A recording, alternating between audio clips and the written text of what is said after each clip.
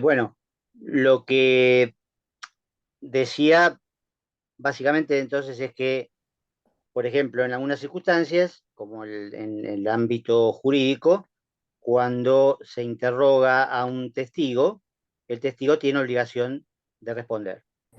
Y responder la verdad también, ¿no? Porque si no, puede ser después juzgado por falso testimonio. En cambio, cuando se interroga a un acusado, el acusado tiene derecho a callar. Y ese silencio que hace el acusado no tiene ningún significado. ¿Sí?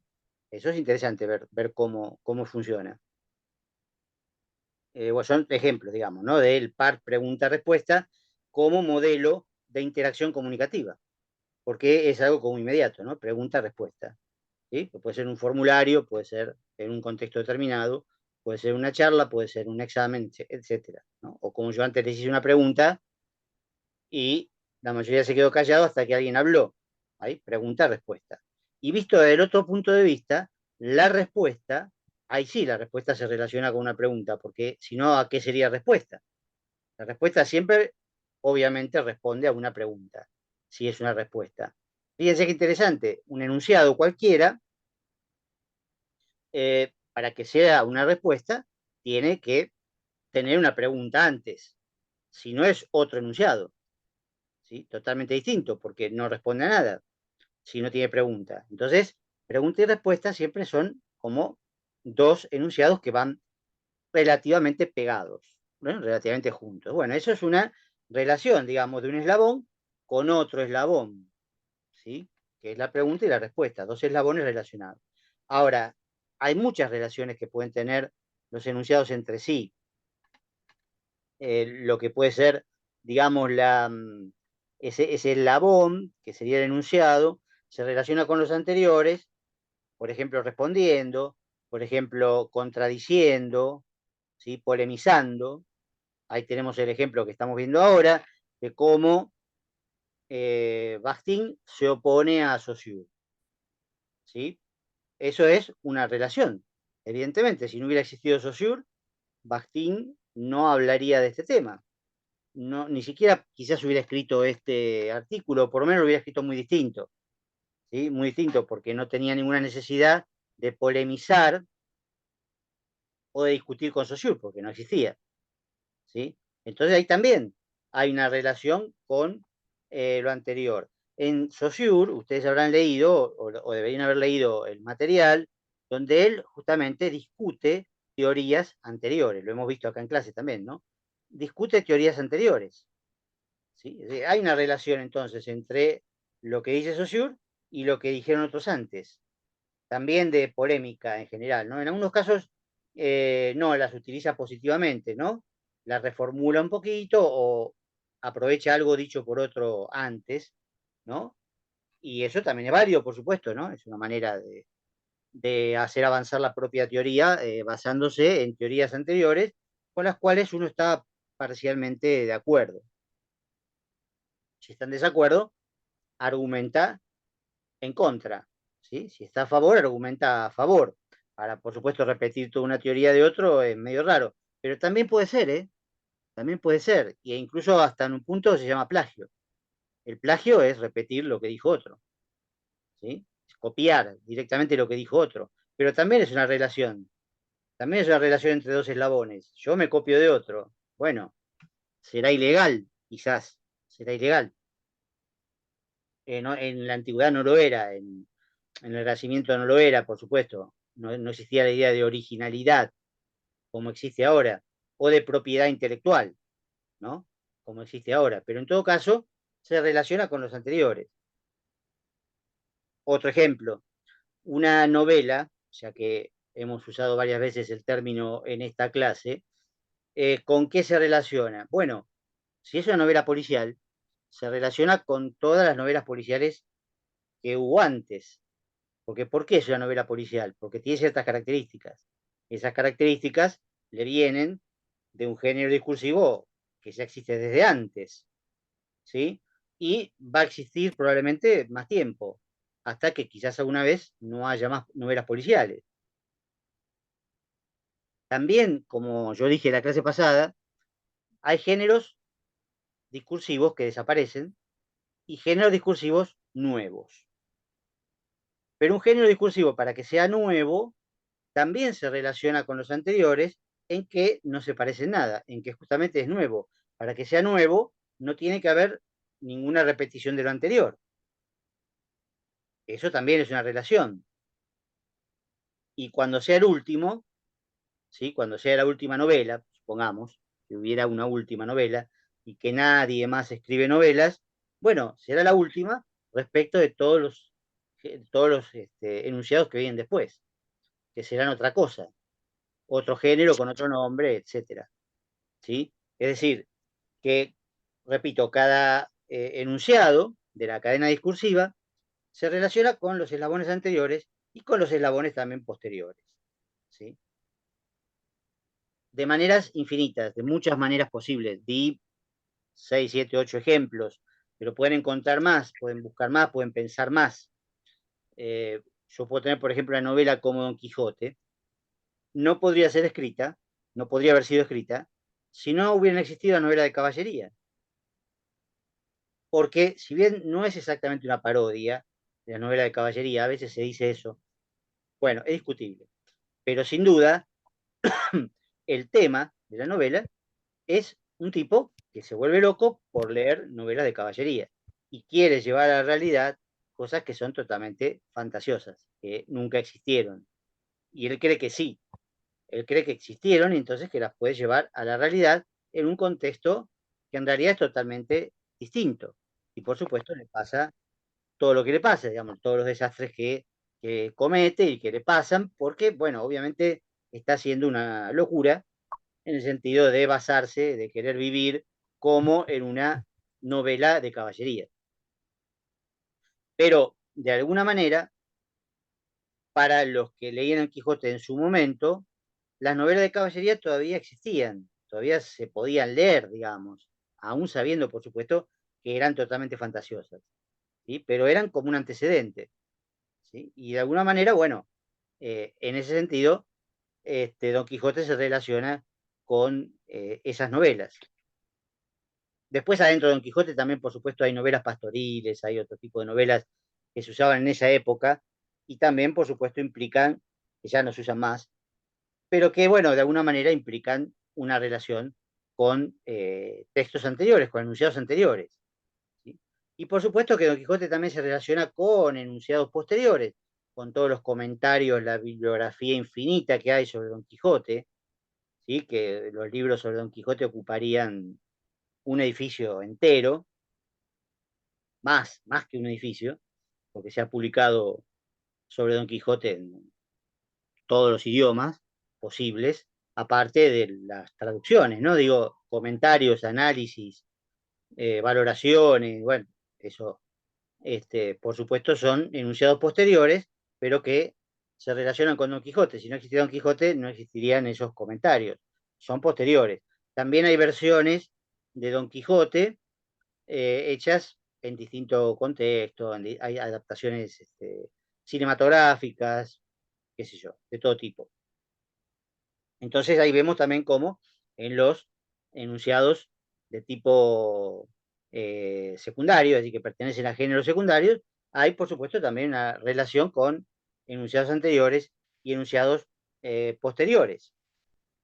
En algunos casos, el enunciado toma la forma general de un género anterior, como ya usamos el ejemplo de la clase pasada, de que un mail, un correo electrónico, hasta cierto punto, tiene una forma parecida a la carta, cuando se escribían cartas. ¿Sí? Hay gente que incluso escribe los mails igual a una carta, con la firma y todo, ¿no? La firma digital en todo caso, pero con la firma, ¿no? Y poniendo el lugar arriba, ¿no? Buenos Aires, con la fecha, ¿no? Entonces se está basando en un género anterior, ¿sí? Después, por supuesto, hay otros correos electrónicos que no tienen esas características, eso pueden ser dos palabras nada más, etcétera. Y listo, ya está, se terminó. O una palabra, ¿no? Pues esto también es interesante. Para Bakhtin, una palabra es un enunciado. Esto está claro. Y no es tampoco tan distinto a Saussure en ese sentido, porque sabemos que la palabra para Saussure pertenece al habla, porque es emitida por alguien, tiene sonido. En el caso de Bakhtin puede tener sonido, puede estar escrita. Incluso en un extremo podríamos decir, como yo dije antes, un silencio puede ser un enunciado también. En ciertos contextos, ¿no? Puede ser un enunciado.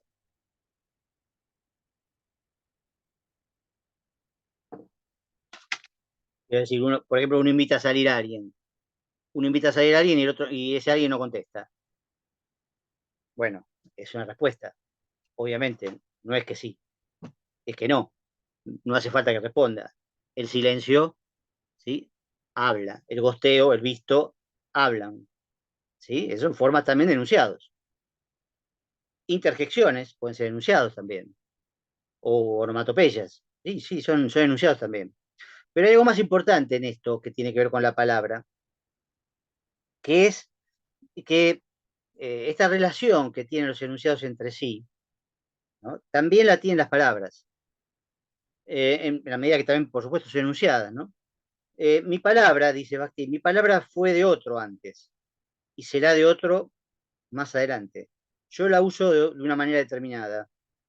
El anterior la usó a su manera. Yo quizás la uso de la misma manera o la uso de otra.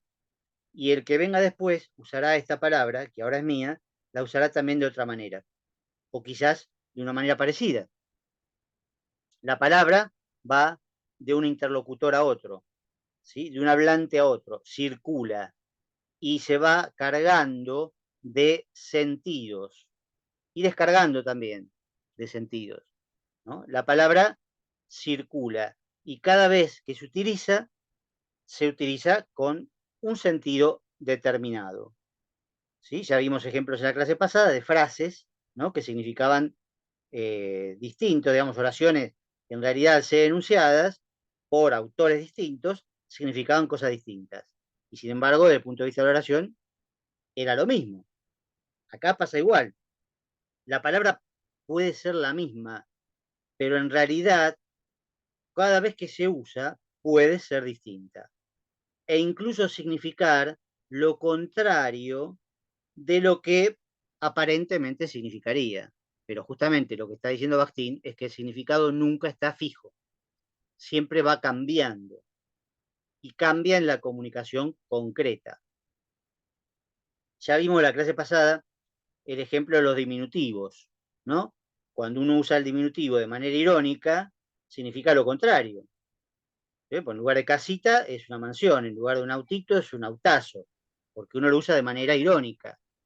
¿Sí? Entonces ahí se ve claramente el uso del diminutivo de una manera distinta cada vez que se aplica. El diminutivo, por supuesto, también tiene contenidos afectivos, ¿sí? Porque se le puede hablar a alguien que uno quiere, le puede hablar con diminutivos, o puede usar de manera despectiva también, ¿no? Despectiva.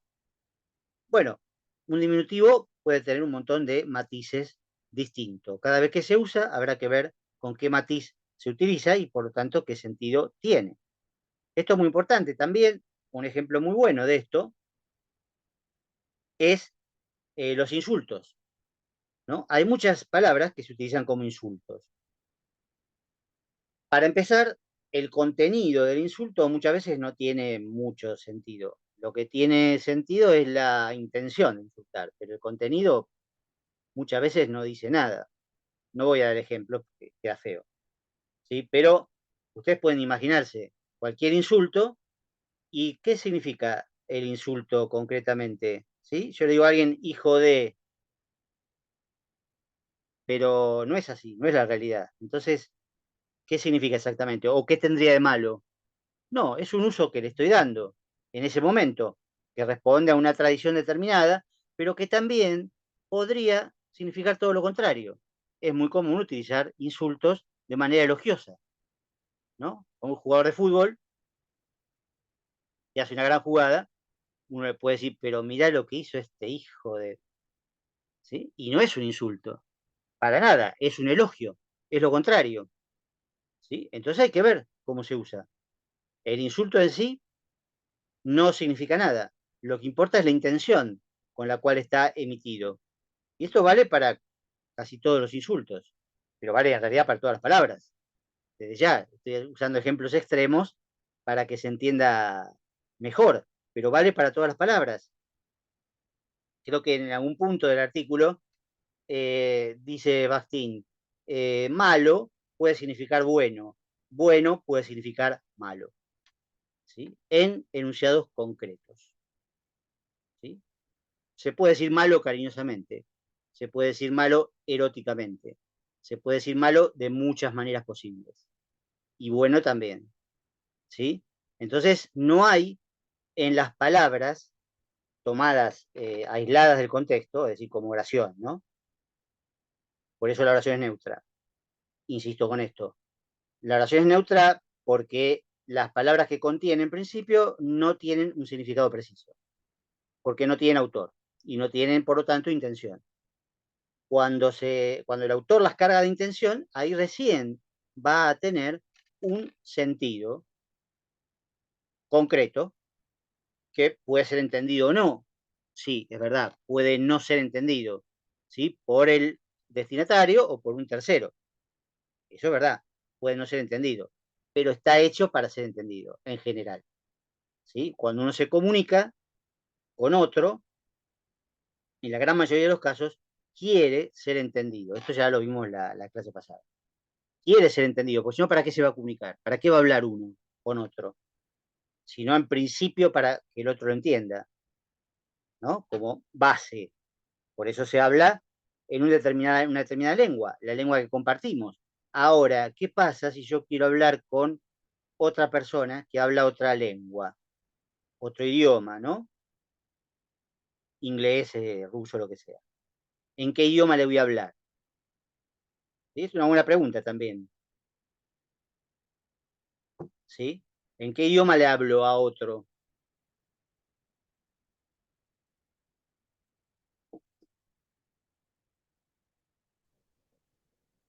Puede ser con un diálogo más textual.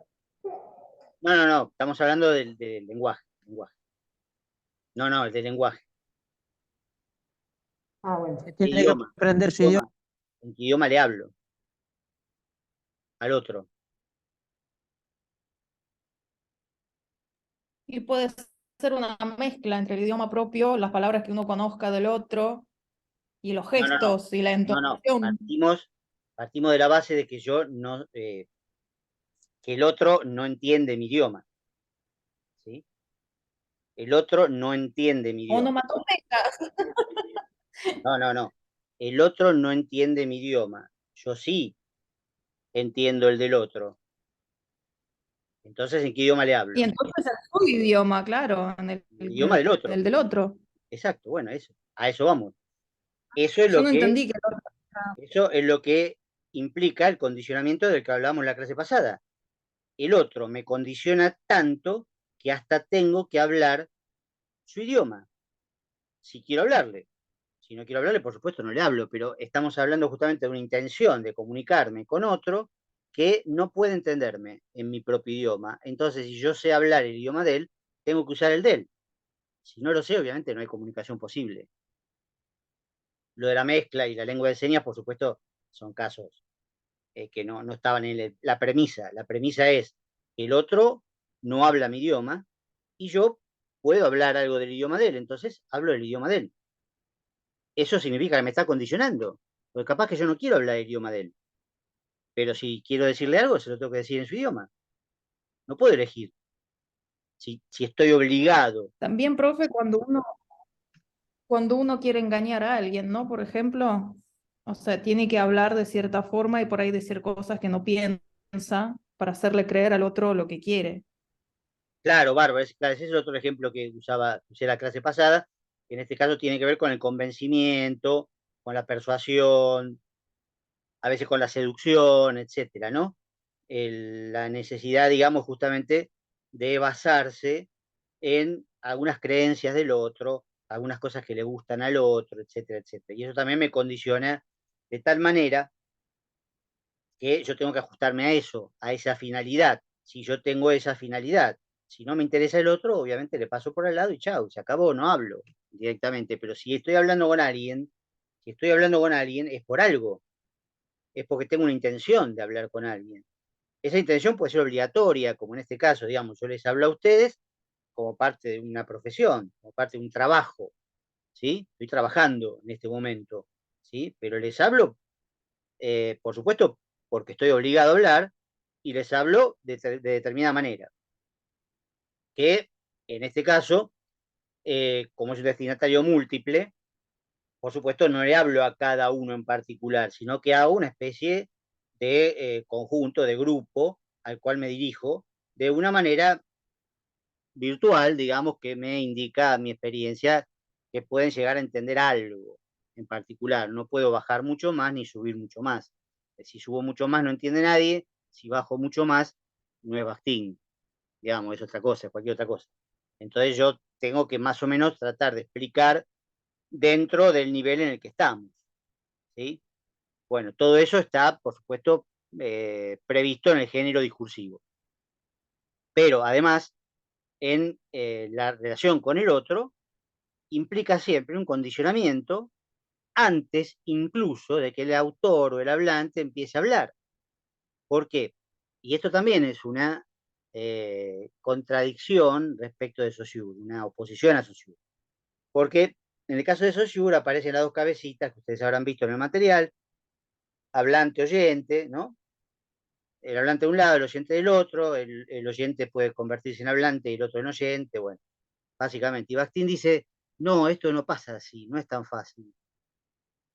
El hablante ya tiene al otro incorporado de este lado, no del otro lado, ¿sí? Pensar que el destinatario del enunciado está del otro lado es un error, ¿sí? El destinatario ya está de mi lado antes de que empiece a hablar, porque condiciona mi discurso, condiciona lo que voy a decir, desde el propio idioma, como decía recién, hasta lo que puedo decir, lo que no puedo decir, lo que me conviene decir, ¿sí? Pero no lo que quiero decir totalmente. No hay una libertad absoluta por parte del hablante para decir lo que quiera en cualquier contexto y en cualquier intercambio comunicativo, justamente porque está condicionado por el otro.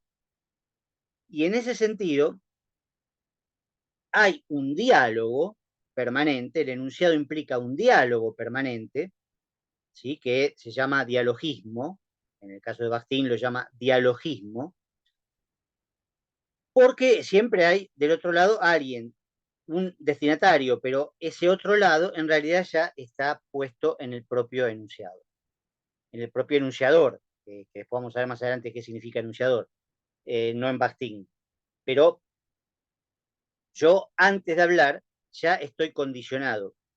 Y entonces el otro, el destinatario, no está exactamente del otro lado, está antes, ¿sí? Y está de mi propio lado.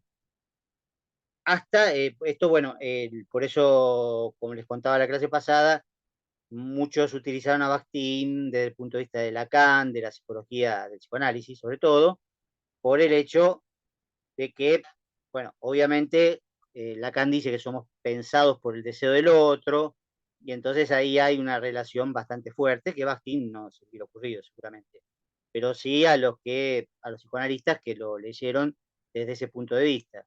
Es decir, que el otro en realidad ya está en mí mismo, ¿no? Es el discurso del otro, que es el inconsciente. En el fondo es el inconsciente. El inconsciente está estructurado como un lenguaje y en ese lenguaje ya está presente el otro, que me condiciona, que me determina, además, incluso, no solo me condiciona, sino que me determina. Eso no lo diría Bakhtin de esa manera tan fuerte, porque sin duda Bakhtin no era un aficionado al psicoanálisis, digamos, no le gustaría mucho seguramente, pero hay una relación bastante fuerte, porque en el psicoanálisis uno aprende justamente que el inconsciente es el discurso del otro, ese otro que no está afuera, está adentro, con metáforas adentro y afuera, porque justamente no hay ni adentro ni afuera. Pero en realidad me está determinando, me determina, no, por supuesto, no solo lo que digo, sino mi conducta, ¿no? Cómo me comporto, cómo vivo. Eso está determinado inconscientemente. Y está determinado por el otro, por el deseo del otro. Por supuesto, esto es mucho más complejo, pero los que vayan a psicología lo van a tener que saber algún día, lo van a tener que estudiar. En el caso de Bakhtin, lo que nos interesa es que siempre hay un diálogo, puede ser implícito, porque puede ser que no haya un destinatario real o inmediato, ya lo hemos visto en el caso de la novela, ¿no? O de cualquier texto literario que uno por ahí lo escribe y lo guarda, o lo escribe y no lo lee nadie. Se lo da a leer a alguien y el otro le dice, no, gracias, dejá, no tengo tiempo. Y no lo puede publicar y no lo lee nadie. Pero en el momento de escribir, uno tiene hasta cierto punto una presencia del destinatario. Sabe hasta cierto punto a quién está destinado lo que está escribiendo. Pero claro, es posible que no haya destinatarios reales. Serían destinatarios imaginarios o ideales. Y eso puede pasar con un tratado científico o puede pasar con cualquier cosa, incluso con géneros primarios, como decía recién, ¿no? Que uno le puede mandar un WhatsApp a alguien, un mensaje de WhatsApp o un audio de WhatsApp, pero no sabe si lo recibe o no. Quizás no lo recibe, por ahí uno está bloqueado, no lo recibió. Entonces, no llega al destinatario, ¿sí? Pero obviamente uno lo escribió con una intención y con un destinatario claro, condicionado por ese destinatario, que bueno, lamentablemente no es real o no se convierte en real. Eso puede pasar en cualquier eh, circunstancia, en cualquier contexto comunicativo, ¿sí? Que no haya efectivamente del otro lado alguien real que reciba el enunciado. Por supuesto, también se puede recibir y entenderlo de maneras distintas, en distintos grados, como pasa justamente en esta clase, al haber varios destinatarios, al haber varios otros a los cuales me dirijo, bueno, alguno entiende mejor, otro no entiende nada, otro entiende por la mitad, no lo sé, no lo puedo saber, ¿sí? Ni siquiera en contexto presencial se puede saber. A veces se sabe un poquito por las caras que ponen, pero tampoco eso es muy definitorio, digamos, porque eh, por ahí ponen cara de que no entienden y después no entienden, ¿sí? O al revés, ponen cara que entienden y no entienden nada. Así que uno no se puede guiar por eso, más allá de la experiencia que uno pueda llegar a tener. Hay distintos grados de entendimiento que después se reflejan, por supuesto, en el examen, que para eso está. Para eso se evalúa, no se evalúan las caras en el momento, se evalúa lo que ponen en el examen. Si fuera por las caras, bueno, cualquiera puede poner cara de que entendió o de que no entendió. No se puede evaluar eso. Y eso vale también para un texto científico, que por supuesto, como en el caso de Bakhtin, de este artículo, está dirigido básicamente a lingüistas, a teóricos de la literatura o del lenguaje, de la estética, etcétera. No está dirigido a un público común, porque un público común no lo puede entender, no puede entender nada sin explicación previa. Pero él lo escribe para un público determinado. Ahora, bueno, si ese público determinado lo entiende completamente, está de acuerdo o no, esas son otras cosas, otros problemas. Después se sigue la discusión. Hay gente que le contesta, que le dice no es así. Bueno, si uno le puede contestar porque ya está muerto en ese momento, pero había sosurianos que le contestaron a Bakhtin, no es así, no tenés razón, por tal y tal razón. Bueno, no vamos a estudiar las respuestas de los usurianos, pero la cadena es infinita, potencialmente infinita. De hecho, estamos acá hablando de Bakhtin. Lo que pasa es que yo simplemente repito lo que dice él, pero también le agrego a veces algunos ejemplos que él no podía dar porque no los conocía. Entonces también estoy aportando algo.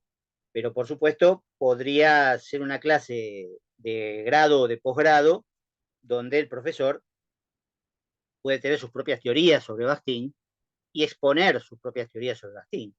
Si tenía razón, si no tenía razón, en qué se equivocó, cuáles son sus puntos débiles, qué quiso decir en tal punto, qué quiso decir en tal otro. Bueno, eso es otro nivel, ¿sí? Al que yo no llego en este contexto, digamos, ¿no? Por supuesto. Lo puedo hacer en otro contexto si hago una ponencia para un congreso, etcétera. Pero eso es otro enunciado que deriva de Bakhtin, por supuesto, también, pero para otro destinatario, que me condiciona también, porque yo, por supuesto, no podría en una ponencia de un congreso hablar como les habla a ustedes, porque me matan. Me van a decir, pero está diciendo cosas muy sencillas. No, claro, yo si tengo que hacer una ponencia, tengo que hacer algo mucho más complejo, para un público más especializado, que podrá gustarle o no lo que digo, pero reconocerá que es más complejo. Las ponencias generalmente se evalúan antes, se aceptan o no se aceptan, etcétera. Después se discuten también, pero es otro nivel, es otro género discursivo, por supuesto, otro género discursivo, que requiere otro estilo también. Ahí también la noción de estilo es muy original en Bakhtin, porque la noción de estilo siempre se consideró como la manifestación de la libertad del escritor. Cada escritor escribe como quiere. Bueno, no, no es así. Para Bakhtin no es así. Se escribe según el género discursivo. Hay algunos más libres y otros menos libres, ¿sí? Pero el estilo no es siempre totalmente libre, o nunca es totalmente libre. Siempre tiene restricciones. Siempre hay que respetar determinadas restricciones. Entonces el estilo no es la manifestación de la libertad del autor, sino una parte del género discursivo, una regla que el autor debe seguir, ¿sí? Bueno, creo que con esto ya terminamos Bakhtin. Ahora por ahí algunos minutitos por si tienen alguna pregunta. La clase que viene vamos a ver el artículo de Benveniste, que se llama El aparato formal de la enunciación. Quizás podamos ver el otro artículo también de Benveniste, ya será otro tema, ¿no? Tema 3, sería tema 3. El otro artículo se llama De la subjetividad en el lenguaje. Si tenemos tiempo, vemos los dos. Si no, vemos uno solo. ¿Sí? El que veamos va al parcial. Si no lo terminamos de ver suficientemente, por supuesto, va a ir al segundo parcial. No hace falta apurarse. Pero vamos a tratar de ver Benveniste. Así que traten de leerlo o, bueno, esperen la explicación y lo leen después. ¿Sí? Pero eso lo vamos a ver el martes que viene. Eh, ¿Alguna pregunta entonces sobre Bakhtin que les haya quedado? Tenemos 5 minutos, así que por ahí pueden aprovechar. Si se corta, se corta.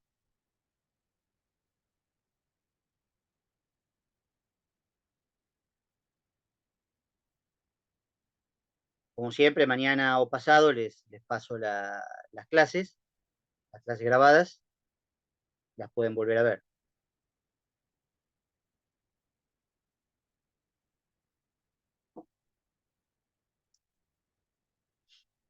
Y como siempre, tienen también guía de lectura para aprovechar. Tienen también un PowerPoint.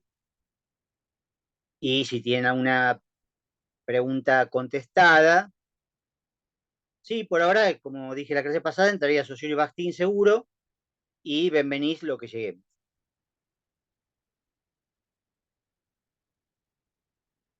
Pues un artículo, los dos, o quizás ni siquiera uno, vemos.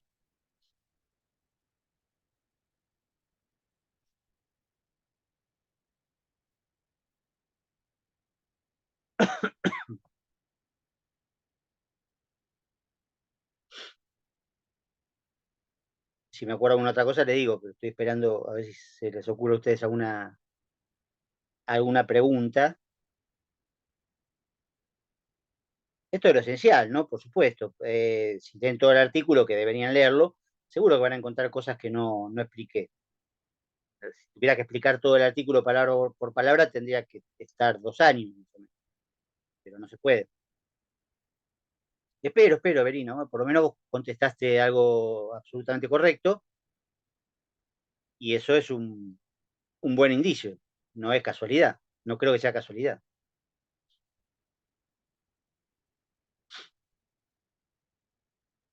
Como yo le decía la otra vez, este artículo es largo, pero es relativamente sencillo y didáctico. La forma de explicar de Bakhtin es bastante sencilla y bastante didáctica para lo que sería este tema, ¿no? Que por supuesto es más complicado. Ahora vamos a ver, Benveniste no es tan sencillo, hay que reponer muchas cosas porque los dos artículos son muy breves, son breves, pero hay que reponer muchas cosas que nos van a servir después, también después del parcial, pero digamos que son como densos, ¿no? Son breves, pero densos. No repite, cada palabra es importante, cada frase es pesada, digamos, en el sentido del significado que tiene. Entonces, bueno, ahí habría que ver si, por supuesto, en lugar de comprimir, como en el caso de Bakhtin, con Benveniste lo que tengo que hacer es ampliar, ¿no? Ampliar, porque hay cosas que como que las pasa por arriba, las da por sabida, y no, ustedes no las saben, obviamente. Entonces tengo que reponer ciertas cosas. Cuestiones gramaticales, por ejemplo, que no puedo suponer que las saben, entonces tengo que aclararlas. Y después vamos a ver si después del parcial hay una parte práctica de análisis de texto o no. Vamos a ver, todavía eso está por definir. Por ahora sí, pero bueno, el tema 3 es Benveniste. Después vamos a seguir viendo enunciación. Fíjense que Bakhtin nunca habla de la palabra enunciación, siempre usa enunciado, nada más. Pero con Benveniste vamos a entrar en el terreno de la enunciación. Es un concepto bastante complicado. Pero si hay enunciado, tiene que haber enunciación. Van juntos, no puede no haber. Y eso, bueno, nos va a abrir todo un camino, toda una cuestión respecto de los sujetos, respecto de lo que Bakhtin llama autor, que es mucho más complicado. Si es una persona real o no es una persona real, bueno, eso tenemos bastante para ver. Y si hay que después ejemplificarlo con textos prácticos, bueno, vemos más adelante. Pero por ahora nuestro horizonte es este, o sea, ver Benveniste y parcial. Benveniste, como yo ya les dije varias veces, es en realidad saussuriano, es un continuador de Saussure. Encima también era suizo, también escribía en francés, por supuesto. Él en realidad no está en contra de Saussure, pero reconoce que le falta algo a Saussure, ¿sí? Le falta una parte. Y entonces eso es lo que va a desarrollar en estos artículos, sobre todo en el primero, ¿sí? En el aparato formal de denunciación.